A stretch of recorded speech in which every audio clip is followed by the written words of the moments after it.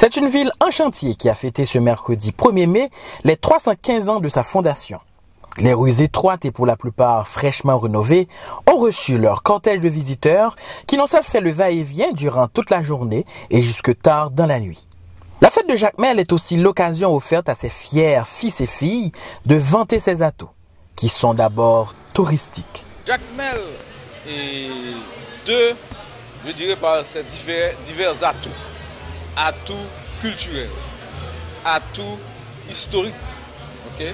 Atouts naturels, c'est-à-dire culturel et historique par l'histoire de Jacmel, n'est-ce pas? Jacmel dispose aussi de monuments historiques. Jacmel dispose de ce centre historique qui est doté de maisons à caractère patrimonial et qu'on ne retrouve nulle part dans la Caraïbe. Okay? Donc Jacmel, de par ses potentialités, comme vous dites, et demeure un espace attractif touristique. Et Jacmel a été la première ville à avoir un port ouvert de la Caraïbe. Ça a été aussi la première ville éclairée de la Caraïbe. Les 315 ans de la ville de Jacmel sont surtout marqués par l'inauguration de plusieurs projets d'infrastructures qui doivent renforcer ses acquis naturels et touristiques. Ceci, c'est une bonne chose de pouvoir présenter les projets de l'année. Ce n'est pas souvent que ça se fait. Et les ONG et les bureaux de l'État. En plus, il y a eu l'inauguration de l'abattoir. C'est très important, c'est moderne et tout.